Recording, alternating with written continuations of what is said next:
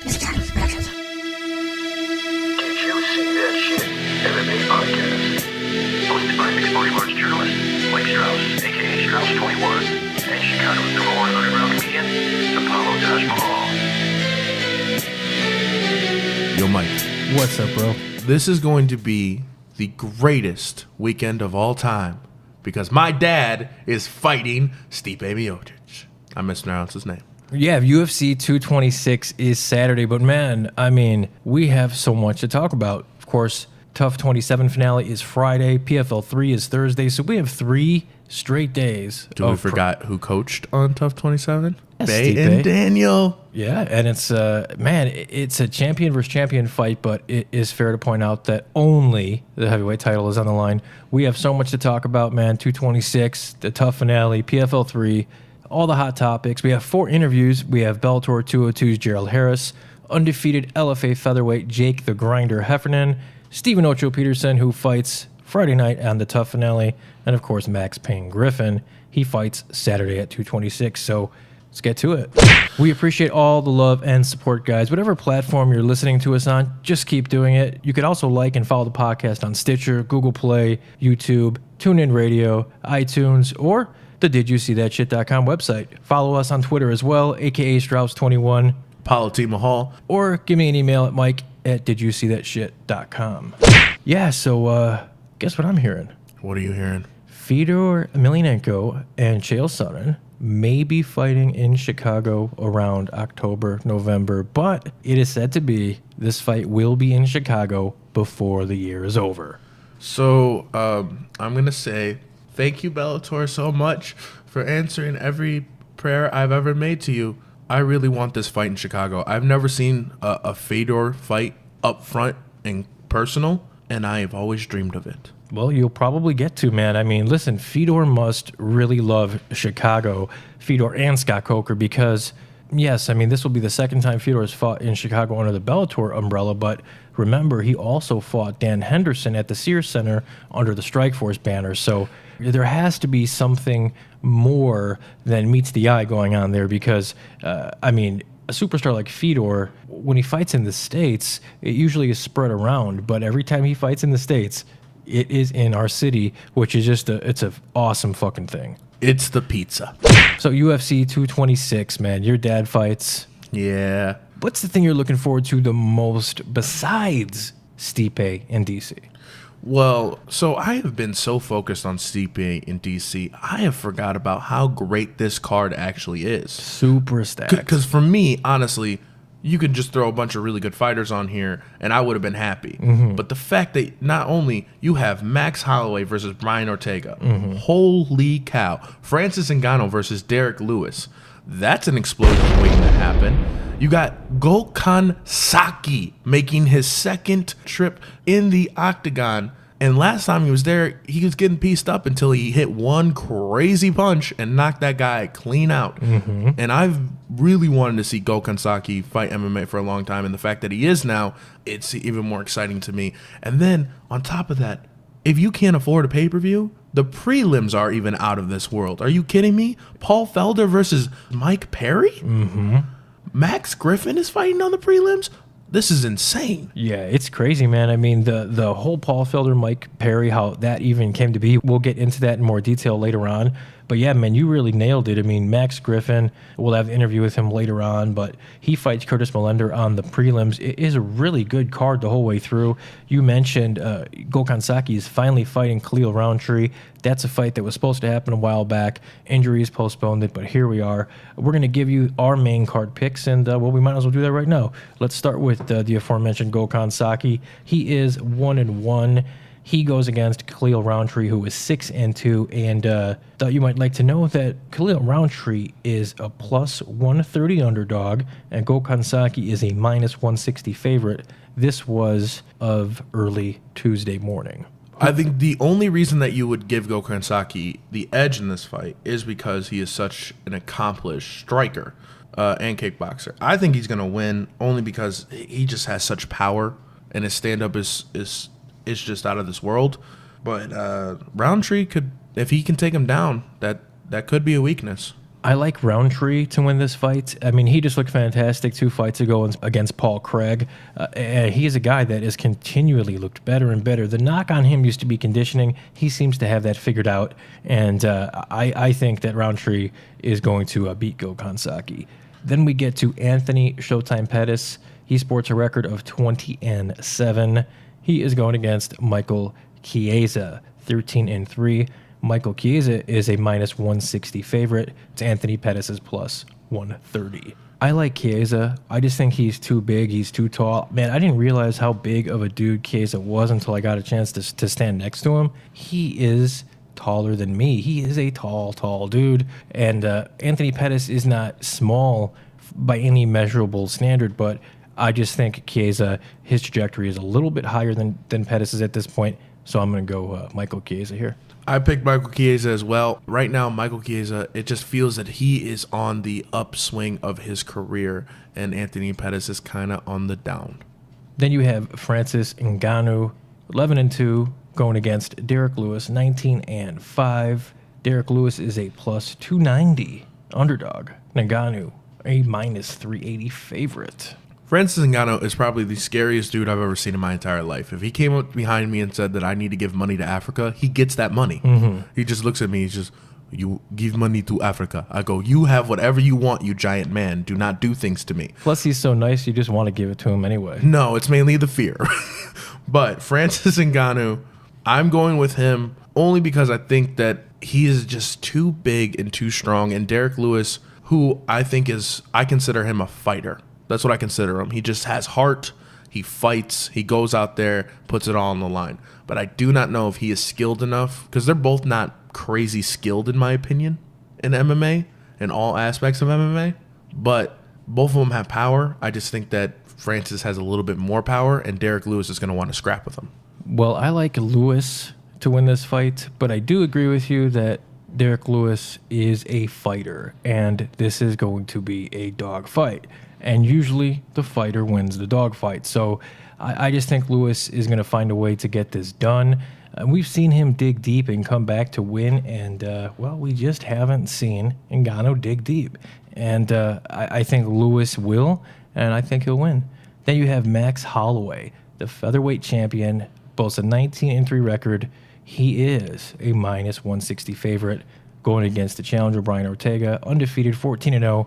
A +130. The scouts see this as a close fight, but what do you think? Okay, I'm a huge fan of both of these guys. How could you not be, right? But T-City is going to take the championship. All right, I am on the hype train. I am on the bandwagon. I'm on whatever you want to say I'm on when it comes to T-City. This nigga gay. After I saw him knock out Frankie Edgar. Frankie been almost knocked out by Gray Maynard and somehow took him down and came back. We don't even understand what happened. The only guy in this world that loves to get his nose broken in every fight, and that's how he fights better, Frankie Edgar. He knocked him out. He is everything I've always wanted in a fighter. A guy who is humble, a guy who is amazing on the ground, but also he can strike. I think that he gets it done against Max Holloway. I think that it's going to be a close fight, but I think Brian Ortega is going to pull this out to be the new featherweight champion of the world. Yeah, this is super tough for me, man. I mean, I really like Ortega. I think Ortega is going to win. I really do. I think this has all the ingredients to be an instant classic. I think Ortega's BJJ is probably going to be the difference here. That's what I suspect. But yeah, man, I agree. I think the kid is he's special. I mean, Max is too. And I think these guys, this is the first of many fights, I believe. But I think Ortega will take this one. Then, of course, you have the super fight, champion versus champion, Stipe Miocic, heavyweight champion, 18-2. He is the -265 favorite to beat your father, DC, who has a record of 20-1. And it was a +205. Who do you like and why? Do I even need to answer this? Listen, my dad can beat up your dad. Daniel Cormier is going to win this fight. He is going to cement himself as the true GOAT. Not a GOAT that takes steroids like Anderson Silva and John Jones. He will be the true GOAT, and he will remain undefeated at heavyweight, and then he will go back down to light heavyweight and remain undefeated because none of the fights against John Jones matter. I like DC to win this fight as well. I just think Cormier is something special, man. And nothing against Stipe, because I think he's probably the best heavyweight champion that we've seen. I just think DC is he's special, and this is what I suspect is probably going to be the difference or the turning point in every single one of Stipe's fights. He gets rocked. Okay, but he manages to dig deep and come back. Similar to Lewis, but different, right? There's always an opportunity. Alistair Overeem, Francis. Junior Dos Santos got Junior him. Dos Santos, every fight he's had. But here's the thing. DC will not let him off the hook. DC will close 100 times out of 100 times. DC will close that show. And I think that's what will happen. And if you think size matters, go back to him picking up Josh Barnett Throwing him and throwing on him his head. on his head. Oh, and him at his peak, at some of these guys at this peak, Bigfoot Silva. knocking Bigfoot Silva. I actually think Daniel Cormier is a better heavyweight than he is a light heavyweight because he doesn't have to drain his body. Yeah. He's more explosive. He can focus on training, and that is scary for a guy like him. I wrote an article for Combat Press. It should be up any day now, so check that out. It basically says why I think DC won't even have much problem running through Stipe. So check that out, guys. We had a chance to speak with UFC 226's Max Griffin. He's a good friend of the show, and here's our conversation. I want to welcome back Mr. Max Griffin to the show. What's going on, man? What's up, you guys? How's it going? Appreciate you doing this, Max. You have a big fight coming up here at 226 against Curtis Molender. How do you feel about that, man? I feel like Curtis is he's a tough guy. He presents a different challenge than Mike Perry did to you. Yeah, he's tough. He's tall. Has a few good weapons, man. I'm looking forward to it. Looking forward to beating him and putting him away. Did you know that you guys actually have a common opponent? Yeah, I heard he fought Fernando. Mm-hmm. Yeah, except you beat Fernando, and he lost to Fernando. Yeah, Fernando choked him out, pressed the pace, beat him up, and then choked him out a little bit. That's small potatoes, though. You never know. There's a few things I can learn after watching those fights and whatnot. And, I think he's a better fighter now than he was then. Yeah. It's going to be a good win. A real good win. It is, man. It's going to be a big win for you. I mean, putting 2 in a row together in the UFC, that's an accomplishment all on its own. I caught the Tuesday Night Contender Series and couldn't help but see you were featured prominently there. Your teammate, Anthony Hernandez, did a fantastic job, won a contract, and then you kind of ran up on Dana to support your boy there. How was that whole experience? Man, it was magic, man. It was so, so wonderful. Anthony's been my brother, man. I've known him since he was 15 years old. He's been in my side by side every day, and he's putting in work, and he's special. And for him to go out there and pretty much have a dream fight, the fight can win anybody. Fight a tall, lanky guy, knocked him out dead in 40 seconds. A good thing is about that fight is we're working similar stuff. We're both fighting tall opponents, long guys that don't really want to engage too much. And it worked, Mm-hmm. It's good to see the game plan working. You know what I mean? Oh, yeah. So it just gives me more confidence to put this fool away, man. It was good. It was good to see our plans in action be effective. It's one thing to try certain moves in practice, and then it's one thing to kill someone on TV. So yeah, I'm excited. That's for sure, man. So how is this full-time fighter thing working out for you? It's great, man. The days kind of blend now. It's not Monday, Tuesday, Wednesday, Thursday, Friday. It's, 16, 17 days till the fight.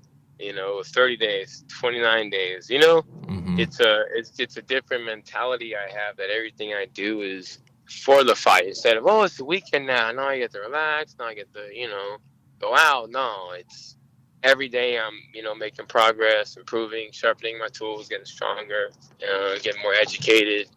And I'm prepared to beat this guy. Now, you've fought on many cards all over the world. And UFC 226 is going to be, arguably, it's the most stacked card of the year. Is there going to be any extra nerves or apprehension heading into that, or is it just business as usual for you? Not at all, man. I've been on these big cards. I mean, the first fight I've ever been on was 202. Mm-hmm. So I'm not a stranger to the lights and the action, especially in Vegas. And, I've been on these cards. My last, fight, I was the main card, against Mike Perry in Orlando on Fox. And I think if any, she'll get to anyone, we'll get to Curtis, he hasn't experienced anything like that. So, we'll see how he deals with it. It's different, For my first fight to be on 202, I kind of took it for granted, And then seeing the fights I've been on after, they weren't even anywhere close to the magnitude. It's a lot more press, a lot more people, a lot more swirl, a lot more energy being wasted and trying to suck you dry, man. Vegas will suck you dry. I mean, just the Vegas I was in a few days ago, earlier this week. Draining, man. God. There's just so much happening. There's so much. Yeah, I hear you. If anyone's gonna have a problem, it's gonna be Curtis. Yeah, you definitely have much more experience than Curtis, especially as it comes to the bigger, more high profile shows. Mike Perry was a guy that you didn't really have to do too much to get up for. He ran his mouth, that gave you all the extra, all the extra stuff you needed to get up for it. But Curtis is more reserved. He's more respectful, I guess you would say. A little bit. He's still an ass. He was talking shit. So I feel the same about him. I like Mike though. I like Mike Perry. We've had our shit going on between us, but that was what it was. This fool's been calling me out for years, supposedly. Although I've never heard of him till a few months ago. But he's been calling me out. So I don't like when people call me out, That's personal to me. Why me? There's all these different guys on the roster. Why me, I feel like it's disrespectful, and I'm going to make them pay for that. Yeah, you're definitely not the guy to pick a fight with, man. I mean, you proved it in the Perry fight. You're a very well-rounded, very talented, and very technical striker. So I don't know why guys feel like they can pick on you. That doesn't make much sense, man. I don't know, man. I don't like it though. Like, it puts me in a different space. It does. These guys would have a better chance of winning or whatever if they just shut up. Did if they just shut up and fight. Don't get my emotion in it, Yeah, that doesn't make much sense. Maybe they'll learn this time. We'll see. Have you and Mike Perry officially had a chance to squash the beef, or is it just no harm, no foul in your mind? We've had words. I mean, since the fight, we've been going back and forth, still here and there. He talked shit one time and come back, and it's not over. I'm a refer, and so. But then people will post certain things, and he'll have my back, on things. Mm-hmm. I think he posted something about fighting on 226 a couple days ago, and some guy, I posted on there, good luck, bro. I'm glad you're, working these new techniques. I'm looking forward to your fight. I'm glad you're learning. And some fool wrote on there like how much he hates me and wants me to get my ass whooped, And Mike went on there like, hey, dude, I support Max. I want him to win, and best luck to him, So it's a mutual thing. I mean, you fight a guy, there's respect there, unless there's a crazy bad fight or there's bad blood after. I mean, once you fight, there's not really much more shit to say, Yeah, right. I mean, you beat Mike Perry's ass so bad that he decided he had to change everything up, and he went to Jackson Wink. That's good. I helped him, You did. People were telling me I helped him, and that's good. If I could help him in his career, I mean, he's going to be a better fighter now. I mean, if anything, I helped him. You absolutely did, because you exposed, Mike Perry has a lot of power, and he's an aggressive fighter, but other than that, he lacked a lot of things, and I think you did him a favor, man. You exposed all the holes in his game, and now he's going to try to correct those, but regardless, man, you are head and shoulders, you were above Perry that night, and I think that you're head and shoulders above many of these guys, and you're going to start showing that, man. I can't wait. Yeah, I can't wait to go on a run, the first fight didn't go so well for me. Won the next, and they got fight tonight. I can't wait to go on a run this season, this year, and get 4 or 5 in a row, There's no reason. There's not a guy that I can't beat. There's not. I swear to God, there's not a guy that I'm like, oh, I can't beat him, I can beat every single person in the UFC at welterweight, and I will. And just give me my time, I think this full-time fighter gig's gonna pay off for me, and people will show that I'm not a game. These matchmakers and matchmakers are fine, but these odds makers and we get the picture. Yeah, for sure. Well, man, UFC 226 is stacked, and I think that when July 7th rolls around, man, I think that your fight against Melender, I think that's going to be one of the fights that people might not be talking too much about, but after the fight, people will be talking about it because I think that that's going to be one of the most exciting fights of the night, man. Yeah, it's going to have to be. I mean, you have Melender, which has been on a pretty nice run, bunch of knockouts, take out Thiago Alves, although he was flat-footed, real hittable, hands down, in his pockets, in Curtis's range, which was a stupid fight, Mm-hmm. But, he got the win. The lucky, not lucky, but the knee looked like it came out of nowhere when Curtis really wasn't even really winning that fight, It was pretty even. But not to take anything away from him, he's good, man, And people think he's real good, so I like beating the guys that everyone thinks are really good, Oh, yeah. It just helps me. It makes me look better when I beat them. Oh, I can't wait, man. I know that you're active on social media. You're one of my favorite follows, man. If you'd like, you can share your social media and any sponsors. The floor is yours, brother. Man, follow me on Instagram, man. I try to mix up my training stuff with memes, too, man. I got those. I'm the meme king, so check me out on Instagram. That's Max Payne MMA. I'm barely on Snapchat anymore. It's just boring. But hit me on Instagram. That's my main thing. IG is the way of the future. Follow me, man. I have so many sponsors: Turp House, Symmetry, Hayabusa. I mean, I have like 30 sponsors. I'm gonna forget them all, you guys. So I'm not even gonna keep going. But my gyms, man: Marinova's Kickboxing, Burrito MMA, MMA Gold, Carnage Jiu-Jitsu, Coach Doug. Coach Norm, I got my team on lock, man. And check out my boy Anthony Hernandez, man. He's coming in hot. He just got the contract, and he's gonna start smashing these 85ers too. So it's good to put us on the map, on the map, and I can't wait to see you guys tune in UFC 226. It's gonna be nasty, I promise. Yes, it will. And yeah, man, let Anthony know. I'd love to have him on the show too, man. I think all you guys down there, you're doing big things, man. For sure, he's brutal, man. We got a lot more to show. Yes, sir. Well, I appreciate your time, Max. UFC 226, July 7th. Max Griffin, Curtis Melender. Do not miss it. Thanks, brother. I appreciate it, man. Thank you, bro. All right, there you go. I love his nickname. Yeah. So much. So no Contender Series this week, but as we mentioned, there was a ton of action. Got PFL on Thursday, the TUF finale on Friday, UFC 226 on Saturday. And, of course, you can always go check out Fight Pass and a phenomenal organization, LFA. We get to speak with a lot of their fighters, and they're just producing so many good quality fighters. A lot of them are fighting on the Contender Series. We had a chance to speak with one such fighter, Jake the Grinder Heffernan, and a very talented young man. Here's our conversation with Jake Heffernan. I want to welcome Jake Heffernan to the show for the very first time. He is the Grinder, and he's coming off a huge win at LFA 43. What's going on, man? Hey, what's up, man? How's it going? It's going good, dude. I appreciate you doing this, taking some time with me today. Man, you looked really good at LFA 43 on June 22nd there. You fought a very tough dude in Peter Stoniak, but how did you feel about your performance?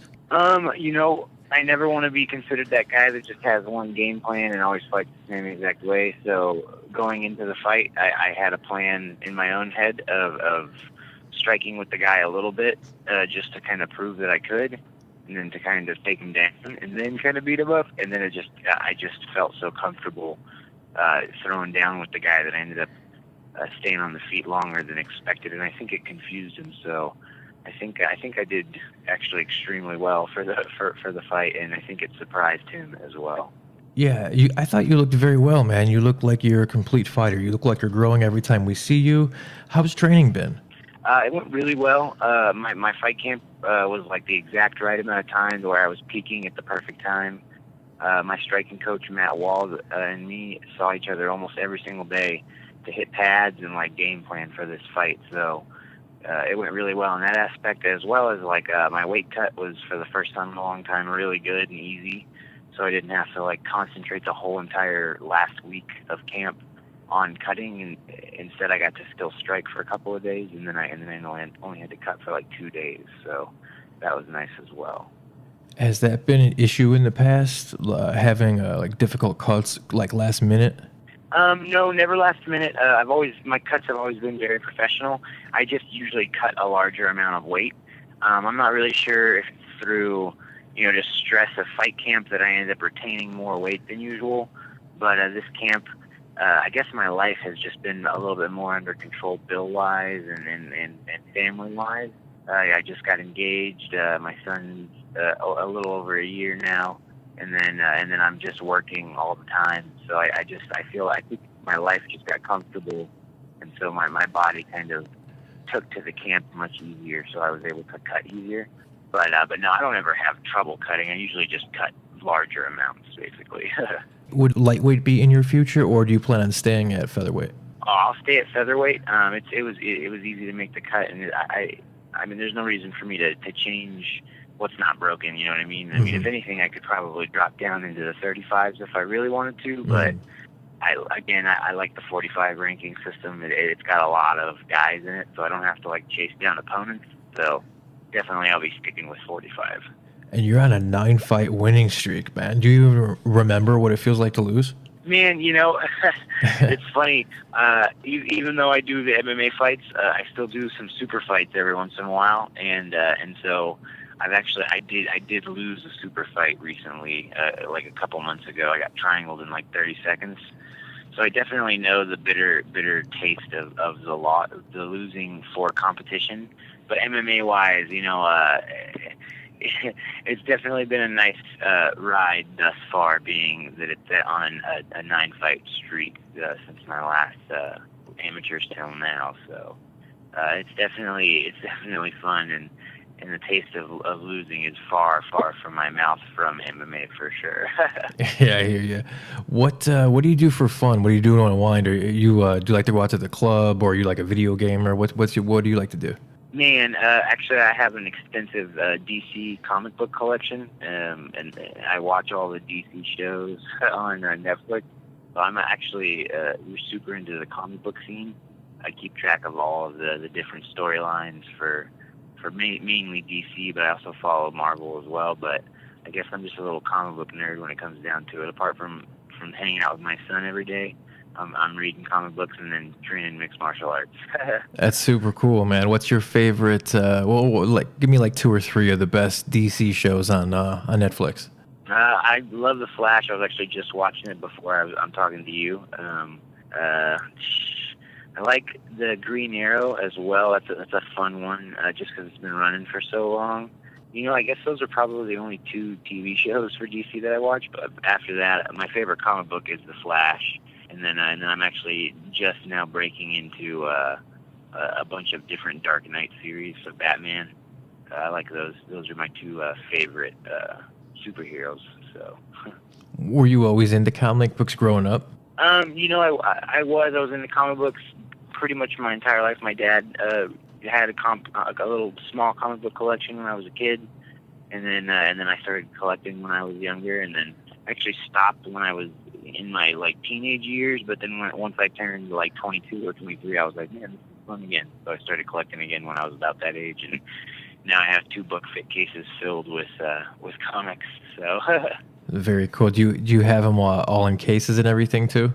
All the volumes I just kind of have out, but yeah, every single issue that I have is wrapped up in a plastic sleeve just to keep it safe, just in case my son wants to read it when he's old enough, which will be when he's 15, because otherwise he's gonna tear them in half. Yeah, I know how that goes, man. So what's next for you professionally, man? I know it's obviously you're coming off of a big win, but would you prefer a short notice fight, or would you prefer another long camp and to maybe headline an LFA card? Honestly, if LFA wants to offer me something down the road that I can get a full camp from, then yeah, I would definitely weigh my options on anything they offer. I would see myself always being on the main card or the co-main event or main event for the next few fights, just because I think I present the exciting factor with how the fights will go down. Mm-hmm. But as of right now, yeah, I would definitely want a full for that. If the Contender Series or the UFC was to say, can you fight this guy in 10 days, I would do that in a heartbeat. I If they said, it wouldn't even matter who the opponent was. If they just said, if the UFC just called and said, this guy in 10 days, I would be like, all right, I'll be there in 10 days at 45. So it's all about opportunity and whatever presents itself, but everything has different reactions, and so I think that pretty much is it there. I hear you. What if Dana, or what if the Contender Series, what if they called you and said, hey, man, we got this on 10 days, but it's at 135? Could you do it? No, that's something where I would say, man, as much as I would love the opportunity, I wouldn't want to look like a fool not making weight. And I at this point, on short notice, I couldn't make 35. I've been eating this whole week, so I'm definitely weighing like 160 right now, 165. So I wouldn't want to go, have a harsh cut in that way. But if they gave me time, I would definitely talk it over with my coaches. I literally sat around this entire camp at like 149, 150. So I could definitely cut 35 if I needed to. I would just have to lose all this celebration weight. Yeah, I hear you. What if they called you right now and said, would you do 155? Oh man, I would take that as well. If they said they needed somebody for 55, I would just look at it as a favor for Uncle Dana, and I would go get to some fisticuffs for him at 155 for sure. Just because, man, the UFC, they'll pay you for that. They'll say, hey, here's $10,000. Will you fight at 55? And then the answer is always yes. At the end of the day, I want to entertain people and have a good career, but I also want to support my family with big fat fight paychecks. So. And you would, of course, let it be known, I'll do it this one time, but I do want to compete at 145. Yes, I do want to compete at 145. That'd just be a one-time favor thing. Yeah, that would be a one-time favor thing, unless I, for some reason found comfortability at 55.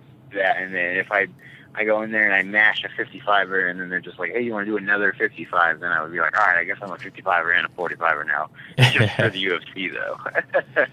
Well, I guess kind of along those same lines, man, do you think that the UFC should open up the other weight classes that are proposed, like the 165? What do you think of those? Man, I think it would open the opportunity for more competition and healthier competition as well. You have those guys that are no matter what making those harsh cuts because they just sit at those weird weights and their bodies are just shaped those weird ways.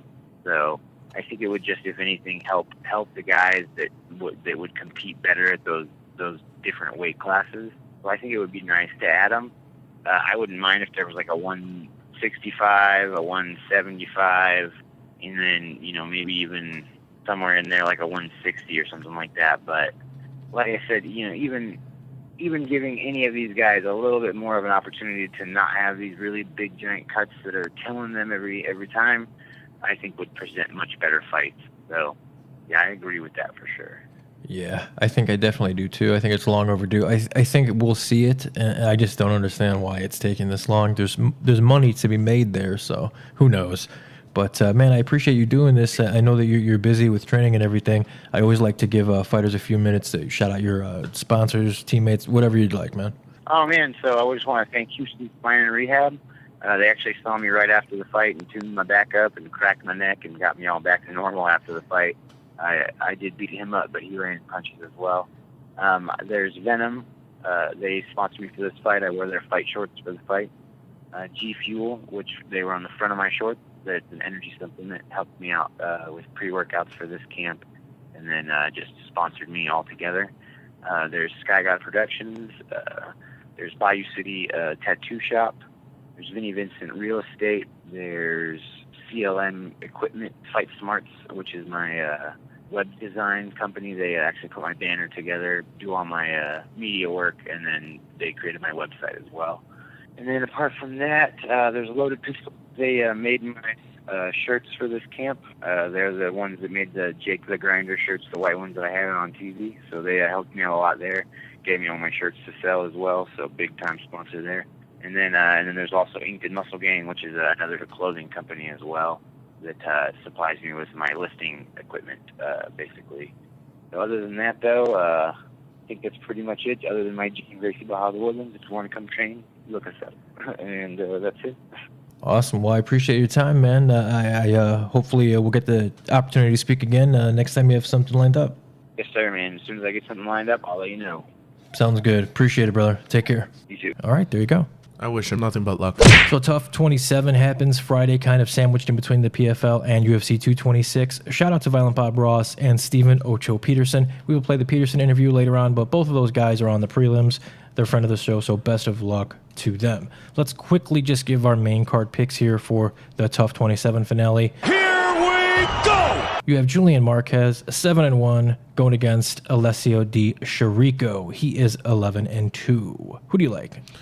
Honestly, I did not make a pick for this fight. I could not tell you who was going to win this fight, but I am excited to watch this fight because I've heard nothing but good things about both of them. Yeah, they're both really, really intriguing prospects. This is a tough one to pick, man. I mean, I like Marquez. This could be a fight of the night fight. Di Chirico looked great in his last outing against Bang Bosch, so look for a very entertaining fight in that one, but I am going to go Marquez.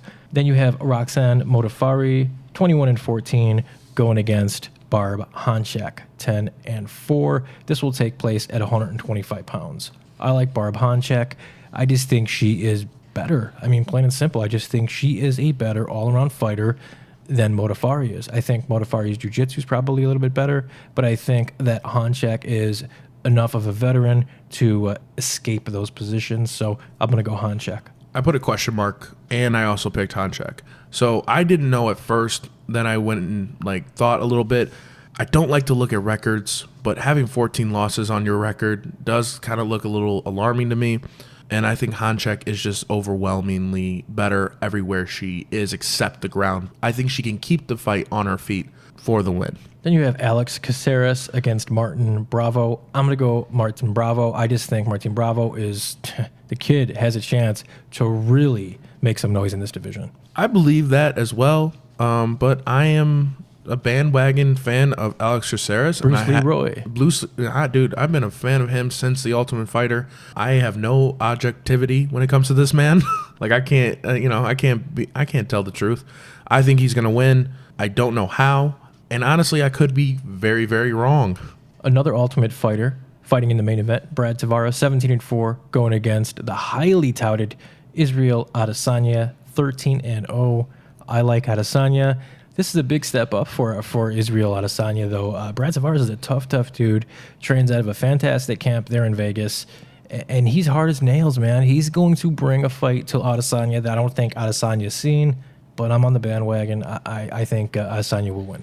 I think this is a huge step up in competition. I think this is going to be really know where Adesanya is in his fighting skills right now. But I think I'm going to go with Israel as well. I think that he is just too talented, and I think he's going to be able to pull out the win. All right. We had a chance to speak with one of the guys fighting on the TUF 27 prelims, Steven Ocho Peterson, good friend of the show, owner and operator of Fight Fit Lifestyle. Here's our conversation. I want to welcome back Steven Ocho Peterson to the show. He has a big fight coming up at TUF 27 finale against Matt Bessette July 6th. What's going on, man? Not much. Just, toning down, getting ready for the fight. So here we are, just about a week away, man. How do you feel? I feel great, man. Never better, never been healthier. I'm just excited to go in there and get the job done. So Matt Bessette, man, you know a little bit about him, but without revealing your game plan, what wrinkles have you added? Just to add a lot of stuff to my recovery regimen. I've been going to physical therapy, just making sure my body's healthy. Because I'm just used to pushing myself way too hard and grinding myself down to where I'm all beat up come fight week. This time it's been a lot different. I've been taking a lot better care of my body, so I have more energy, just healthier, and I feel like that's going to make a big difference. So, man, you guys at Fortis, you guys are blowing up now, man. How does that make you feel? I mean, your camp is finally getting the recognition that you guys deserve. Yeah, it's been a long time coming. And we're just excited to, finally, I think we have seven guys in the UFC now. So in the past year, we've just been making a big name for ourselves in the sport. What do you attribute that to, man? I mean, you guys all have this incredible You guys are just all very hard-nosed. You guys are just willing to all throw caution to the wind, and you'll bang with anybody, but you guys all have that same makeup. Is it in the water? What is it? Iron sharpens iron, man. And when all the best guys from, around Dallas come together in the same place, it just makes for greatness. We don't need to go to other states or other countries to go get our training. It's all right here at Fortis MMA. So, like I said, iron sharpens iron, and we're all there making each other better. I love it, man. I love it. Let me ask you, man, Dallas, I'm going to actually fly into Dallas for the very first time. I'm covering Bellator 202 in Thackerville, Oklahoma, and I have to fly into Dallas. I guess it's about an hour away. But did you ever get a chance? I know that you guys go to a lot of smaller events, regional events in the area, but did you ever get a chance to go to any Bellator events or anything like that? Yeah, we've had a few guys on those cards over in Thackerville. It's not far, and they put guys like Sean Holden. I know Rashad's been on a couple of those cards before he got signed with the UFC. So a few of our guys have fought on those cards, and we'll go out there and support for sure. Very cool, man. Who are some of the guys that you spent training, getting ready for Matt? I've been training with Damon Jackson, Miles Johns, Colton Euglin.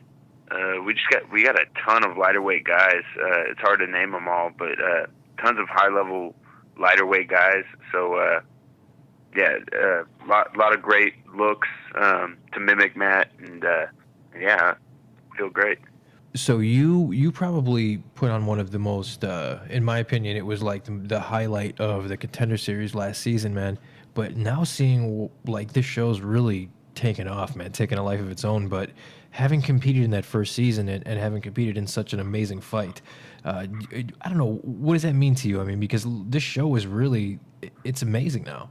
Yeah, I mean, the Contender is a perfect platform for guys to go out there and show Dana and Sean Shelby, Mick Maynard, what we're capable of. And, it's a good tryout for the UFC. And I'm just excited that I was a part of it.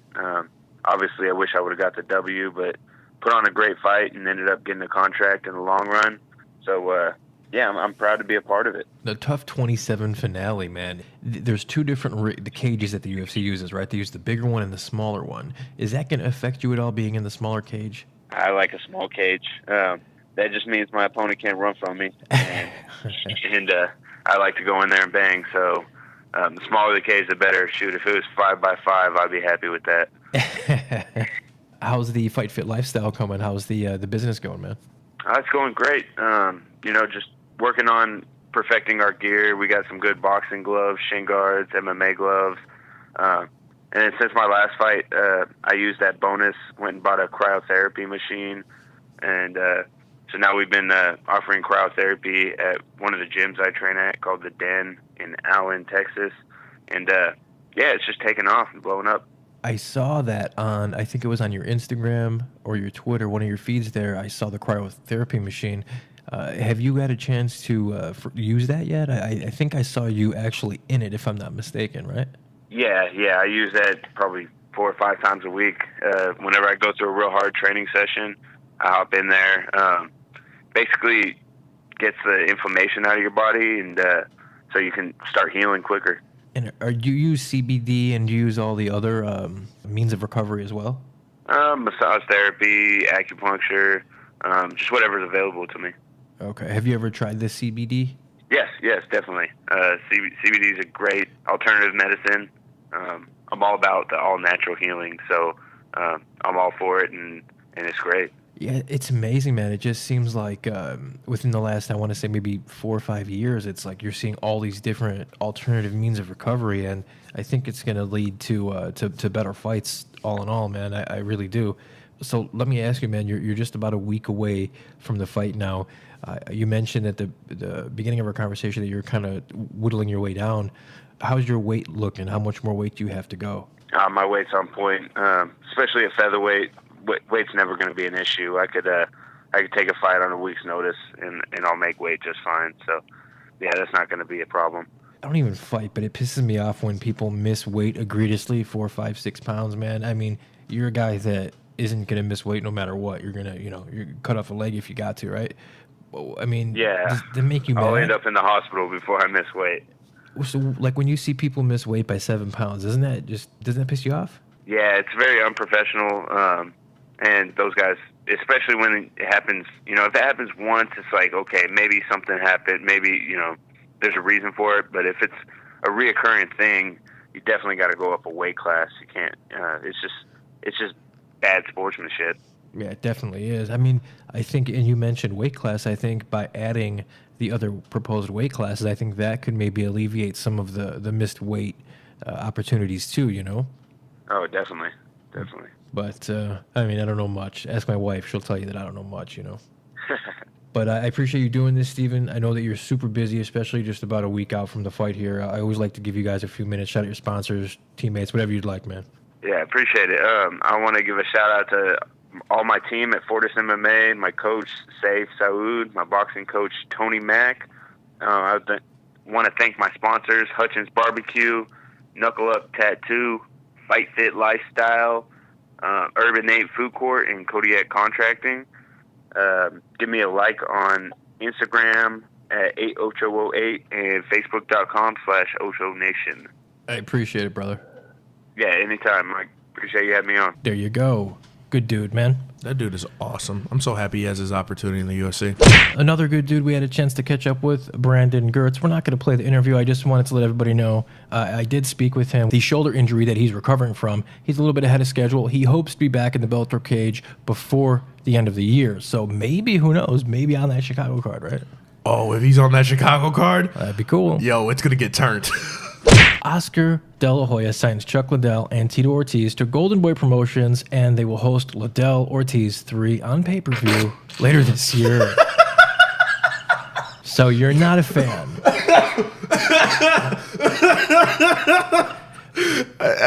How many pay-per-views do you think this will do? 2. 1,000? 100,000? I don't know. 2. So you don't think there's any room for this? See, I do. I think there'll be room for this. I mean, especially if they could sign a couple of more guys with names. Who Ortiz was on Ariel Helwani's show, and he said they plan to sign a couple guys with names, and it's going to be an MMA card. And Ortiz hopes to make this something he can continue later on down, put on several shows. But as of right now, this is kind of a one-off thing. I'm going to watch it, of course, right?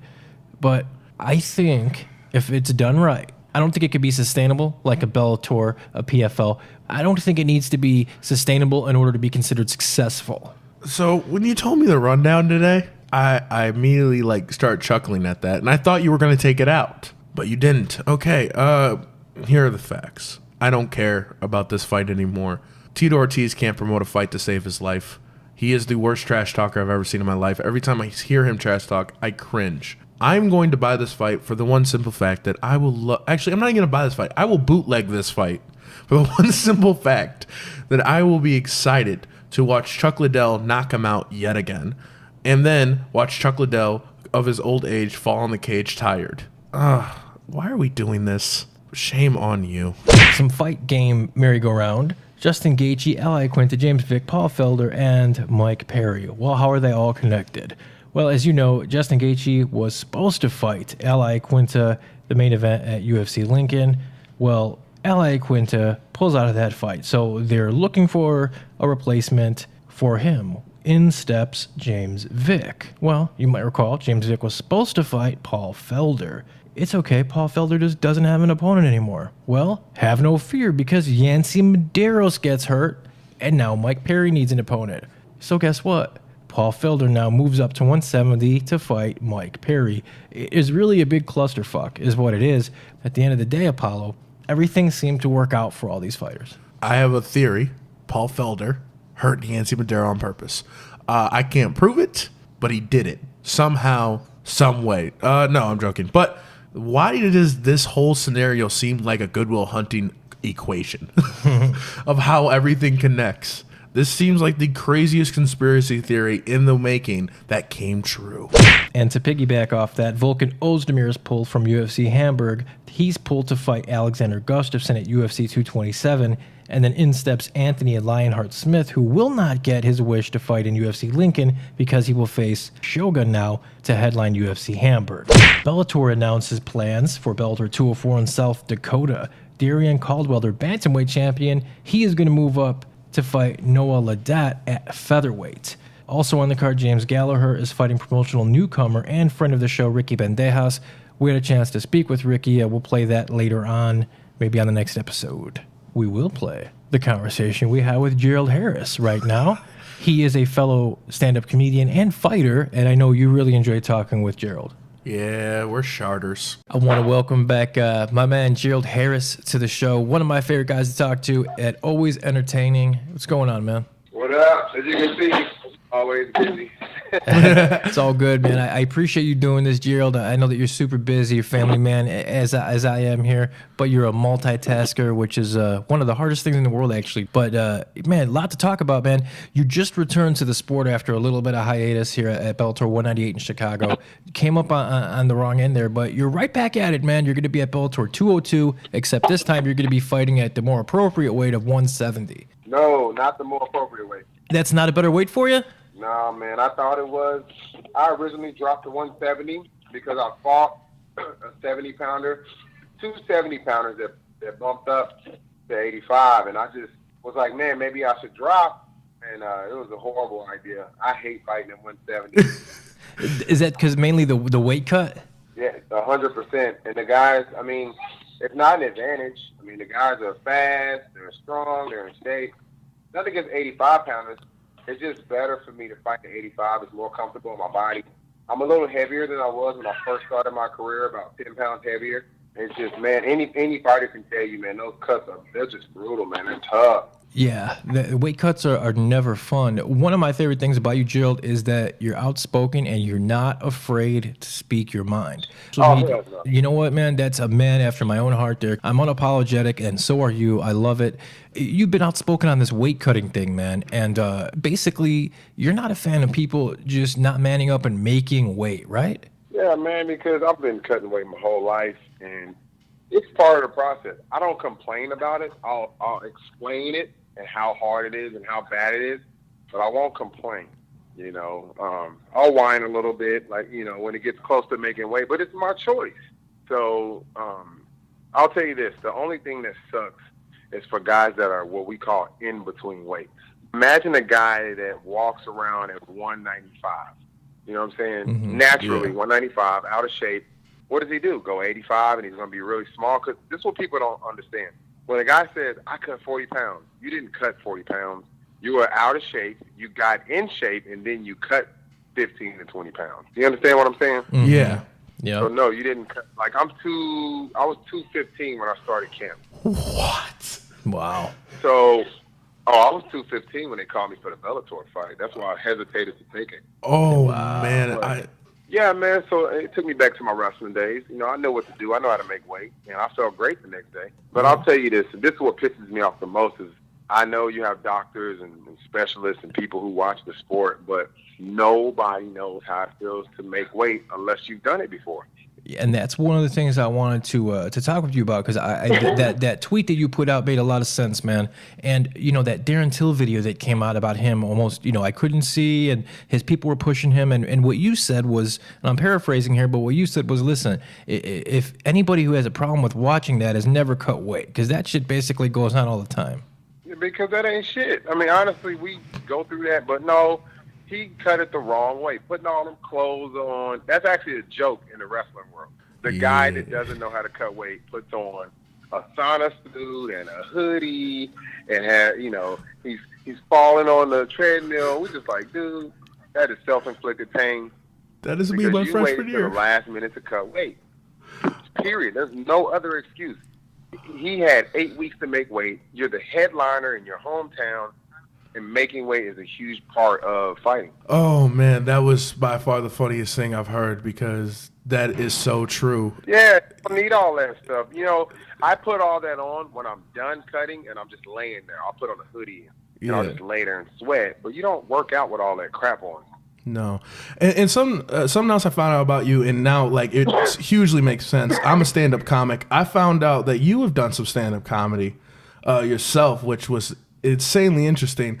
But man, I would definitely like to see you on stage because you're hilarious. I'm way more brutal on stage. It's like people are absolutely shocked when they hear me talk. Really? And it's funny because when I started in comedy, I was just kind of roasting people and making up jokes. And then I started literally being super brutally honest about my life, and people fell in love with my comedy. I've done 3 stand-up specials. I'm actually waiting on a call from Comedy Central, hopefully, to get my own half-hour special.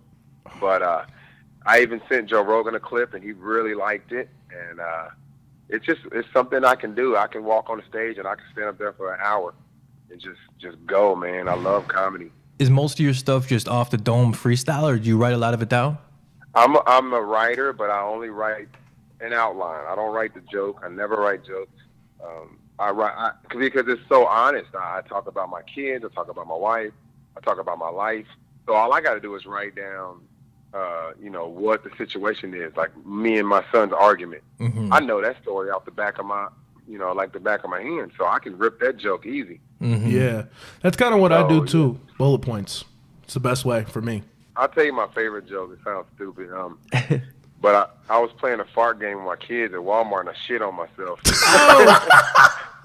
Yo, swear to God, I lift my leg up, and I fucking squeezed, and I blasted, sharted down my leg. And I was in the bathroom at Walmart, taking a shower in the sink. It was fucking hilarious. And I was like, I got on stage and won a competition with that story. It wasn't even a joke. I was like, yo, this is a true story. I sharted. Hey, it happens. I don't think you have become a man yet until you've accidentally sharted on yourself. You gotta shart, man. Yeah. Especially if you're driving, that's the worst. Oh, I did it on the side of the road one time, and then I fell back into the ditch into it. It was horrible. Oh, yeah, I fell back into it, and the girl I was with at the time gave me nothing afterwards. I was so upset. That's like definitely a defining point of finding that you're older. Yeah. I'm almost 40. A lot of people don't know. I'll be 40 next year. Mm-hmm. I'll be 39 in November. Oh, man. I have a son that's going to college. Like, people think I'm a lot younger than I am. You look it. Well, you look amazing, Gerald. You found the fountain of youth, man. That's what happened. I take care of myself. I don't smoke. I may drink once every few years. My dad looks pretty young. I actually picked my son up from school, and they told me to go to class. It's hilarious. A lot of cocoa butter. I was like, no, I'm picking my son up. Hey, Gerald, what's your feeling on cannabis, marijuana, and CBD? Do you use that, or are you a fan of it? Well, I'm a government guy, man. I've been teaching government off and on for 12 years, and it's absolutely insane that something that's so positive is illegal. And the only reason why cannabis is illegal is because the government can't control it. And trust me, I'm not against the government type guy, because I love government for the fact that anybody who has the knowledge and will to be a part of government can do it. Just not a lot of people do it. So we can't complain about the government until we get involved. So with that being said, cannabis should be legal because alcohol and tobacco is legal. Alcohol and tobacco kill more people than I don't want to say anything, but they kill a lot of people per year, and marijuana doesn't. It has positive benefits. Now, I do not agree with marijuana being used in fights. It's not fair. Mm-hmm. You can't use it in archery and Olympics. You can't use it in chess. It does help you focus. I know dudes that'll get high and beat the shit out of you in sparring. So Nick Diaz. They just think that getting high is part of marijuana being baked. That's not how it is. It calms people down. Mm-hmm. Sure does, man. Speaking of calming down, man, as you mentioned, I don't know, when I'm getting older, I tend to calm down a little bit more. You, man, you're still going strong at almost 40 years old. You're 25-6. You're returning at Bellator 202, man, and you're fighting a very tough guy in Yaroslav Amosov. But I don't know if a lot of the casual fans know about this dude, but he's a tough guy, man. Yeah, man, I'm used to it. Look at my UFC career. I fought 4 badasses: John Salter, Mario Miranda, David Branch, and Malcolm Falco. Malcolm Falco won the Bellator middleweight tournament. David Branch was a two-weight champion in World Series. John Salter is one of the top 3 middleweights in Bellator, and Mario Miranda kind of hit and miss. But I'm used to guys like this. I just don't think he's ever been in a dogfight like the one I'm about to put him in. Man, I can't wait. I'm going to be there in person again in Thackerville. So, Oh, really? Yeah, I'll be there. Anytime Bellator comes to the Midwest, I try to get there. So Hey. I'll be there. They put me on the undercard, bro. You got to raise hell about that. Yeah, Oh, we will. That makes no sense to me, man. I don't understand why you're on the undercard, but yeah. In Oklahoma. I know, right? We're gonna talk to Scott. See what I don't know if Scott will be there, but Rich will be there. We'll see what we can do. You know what? I'm gonna sneak in and I'll raise hell.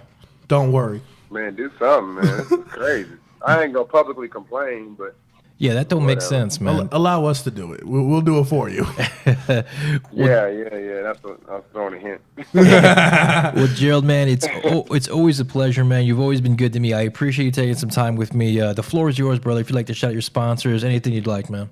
You know, it's hilarious. I have a lot of sponsors, but I kind of cycle them out each fight. And my first sponsor for this fight is called Got Wood. And it's an axe throwing place, and it's gonna be right on my crotch. I can't wait to put it on my shoulder. That's awesome. That's maybe the best sponsor idea ever. Genius. Oh my God. When he's actually my eye exam doctor, and he said, "I gotta put Got Wood on your crotch," and I was like, "Yeah, I'm in." That's good stuff. That's why I Gerald. love Bellator.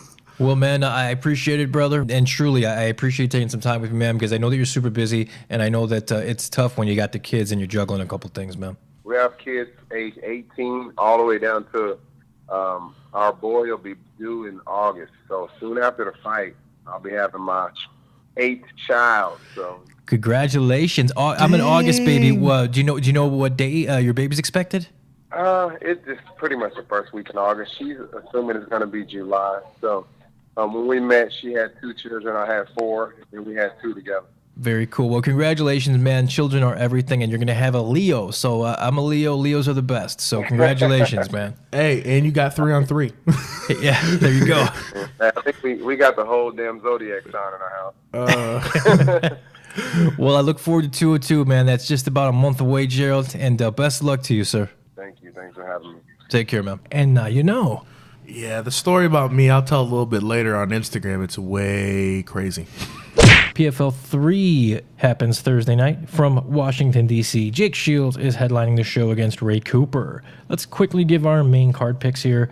Jake Shields, 32-9-1, going against Ray Cooper, the third. He is 13-5, and this will take place at the 170-pound welterweight division.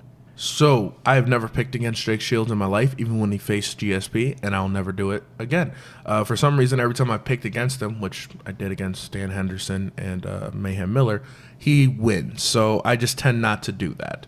So, I'm going to go with Jake Shields on this. I think even though he's not on the top of the pedestal that he used to be, I think he's still an elite fighter. I like Shields as well, too. I think Cooper is a good, solid fighter, man. I just think he's too young, he's too experienced, and too small for Shields, really. And interesting side note, Shields beat Ray Cooper III's father. So if he beats the son, it'd be father and son. So, hey. Man, he can't even say, I'm going to get my dad to beat you up. Then Abubakar Nurmagomedov, 14-1, going against Pavel Kuch, 22-5. I like Nurmagomedov, and yes, he is related to Khabib. It's his little brother. I don't bet against a Nurmagomedov because I'm scared of them. So I'm going to go with his little brother because I'm scared that him and his little brother will come beat me up. Then you have Rick Story, the same Rick Horror Story from the UFC. Now he is a PFL fighter, 19-9, going against Yuri Villafort, 11-5. I like Villafort. Man, since November of 2014, Story has only fought twice. And he's 1-1. Villafort is on a 5-fight win streak, conversely. I'm going with Villafort, man. If you're Rick Story, you got to earn that respect back. True. So I'm going to go with Rick Story in this fight. I'm crazy for this, actually, honestly. Knowing Villafort and knowing Rick Story, I feel like I'm a crazy man for picking Rick Story. But Rick Story is just a bat out of hell. And I think he's hungry after only fighting twice since 2015. So I'm going to give it to Rick Story. Hopefully he doesn't get hit with some crazy Donald Cowboy Cerrone combo again. Then you have Shamil Gamzatov, 11-0, undefeated, going against Eddie Truck Gordon, 8-4. And this will take place at 185 pounds, their middleweight division. I like Gamzatov. He is another Russian monster, man. He's big, he's strong, but the thing that really makes him unique is he is super technical. And a lot of Russians rely just on their physical strength. And there's a lot of technical ones too, but he is noticeably technical. And I think that is really what's going to differentiate him in the PFL here. I think he's going to take care of Eddie Truck Gordon, unfortunately, because Eddie Gordon's a super likable guy. But I like Gamzatov. I'm not making a pick in this fight. I've heard of them, never seen them fight, but I am excited to see them fight. Just Gerald Harris myself. Don't make that a thing.